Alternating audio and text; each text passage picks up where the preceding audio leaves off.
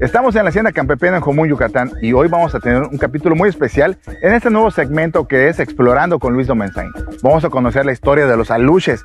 ¿Qué son los aluches? ¿Para qué los utilizaban los mayas? Pero sobre todo, ¿qué tenemos que hacer para respetarlos y que ellos no se metan con nosotros cuando estemos en los senderos maya?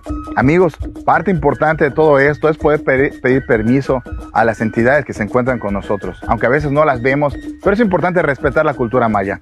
Por eso nos acercamos a este altar que tiene tres partes muy importantes: la parte principal, que es donde se encuentran las estalactitas, la parte intermedia, y la tercera parte es hasta el fondo, donde hay un cenote que se llama el cenote de la Noria.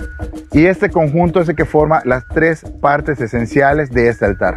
Por eso aquí vamos a pedir permiso para poder estar y hacer las grabaciones adecuadas sin ningún inconveniente y que todo esté bien durante todo este proceso. Así que vamos a encender esta ceremonia con el ritual del silbato maya, que es un búho.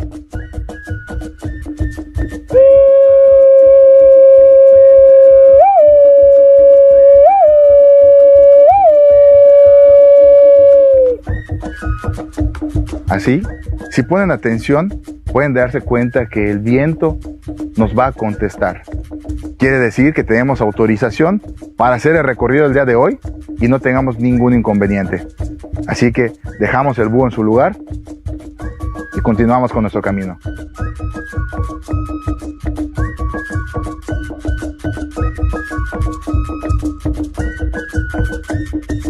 Parte importante del asentamiento de la cultura maya es el agua, pero no había el agua en todas las temporadas. Por eso los mayas, en toda su costumbre, labraron estos chultunes, que son pocos los que podemos encontrar en la actualidad, como el que podemos ver ahora, que es una piedra grande labrada. En su interior, ellos conservaban el agua fresca de la lluvia o además la comida, como el maíz.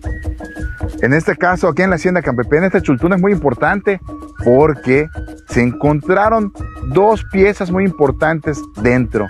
La cultura maya, los mayas antiguos, eran acostumbrados a que alguien cuidara el terreno. Por eso sacaron dos aluches de ese chultún que podemos encontrar en el altar que está frente a nosotros. Por eso, con reverencia, debemos acercarnos a este altar de los aluches. Fueron dos los que se encontraron en el chultún, reales, activados. Por eso, hoy, siguiendo parte de la cultura, dejamos unas moneditas en forma de ofrenda con una buena oración en el corazón para que todo siga recorriendo con normalidad.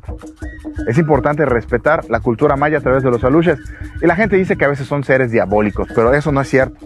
La verdad es que son seres que fueron utilizados para cuidar un lugar en específico, en este caso la hacienda, o las personas lo utilizaban para cuidar las milpas. Se dice que cuando alguien entraba sin el permiso adecuado a estos lugares, primeramente le lanzaban piedras. Escuchaba ruidos alrededor, y si aún así la persona no se retiraba del lugar, sucedía algo muy impresionante. Los aluches tomaban la forma del aire, del viento, y se aparecían como si fueran sombras, cruzando rápidamente alrededor de las personas. Es ahí cuando decían que cargaban aire de las personas y se enfermaban de calentura y tenían que salir corriendo del lugar.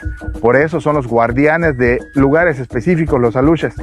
Comentan los antiguos que para poder darles vida, que así decían, había que hacer una ceremonia muy especial, colocar algunas gotas de sangre sobre la pieza a la luz de la luna llena, y solo el dueño y el sacerdote maya sabían dónde iban a estar ocultos para seguir dándoles ofrenda y que continúen cuidando el lugar.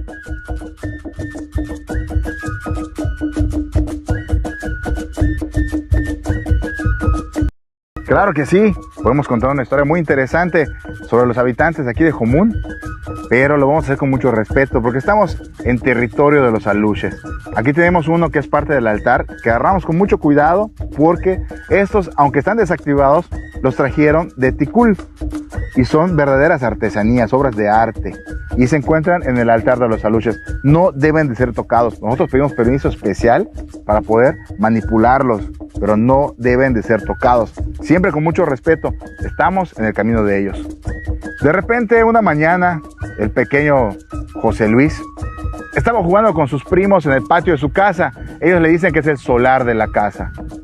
José Luis, sin saber a lo que se iba a enfrentar, dice que se encontró con una piedra muy bonita que le llamó mucho la atención. Él no sabía que esa piedra labrada era una luz. La llevó a su casa y estuvo jugando con sus primos. De pronto en la noche escuchaba que alguien lo hablaba. José Luis, José Luis. Y por más que José Luis estaba buscando, no encontraba a nadie. Le contó a sus papás lo que estaba sucediéndoles, pero no le creían. Así empezaron a pasar varios días y José Luis ya no buscaba qué hacer hasta que llegó a la casa de su chichi, a la casa de su abuelita, y su abuelita sí le creyó y le hizo una pregunta. Hijo, ¿tomaste algo del patio o del monte o de algún lugar al que fuiste? Y José Luis con tristeza dijo, sí lo tomé. Fue mi error, abuelita, no quise hacerlo, pero me llamó mucho la atención esa piedra. Lo que tienes que hacer, hijo, es regresar la piedra donde la tomaste, porque si no, ellos van a ir a buscarla a tu casa y te pueden llevar. Esa misma noche José Luis tuvo una de las peores pesadillas de su vida. Aunque dice que hasta el día de hoy sus papás no le creen. Estaba durmiendo, de pronto despierta a sus hermanos porque escuchaba la voz que le hablaba, José Luis, José Luis. Pero era tanta la insistencia que él se levantó, volteó a ver y dice que junto a él había una persona de baja estatura que solo lo estaba mirando en su hamaca. Se llenó de temor, se erizó, tuvo mucho miedo, tomó la piedra y en ese mismo momento salió en la noche al monte, al patio, al solar, entregó la piedra donde la había encontrado, pidió perdón y regresó a su casa. Al día siguiente lo contó y desde ese momento lo dejaron de molestar.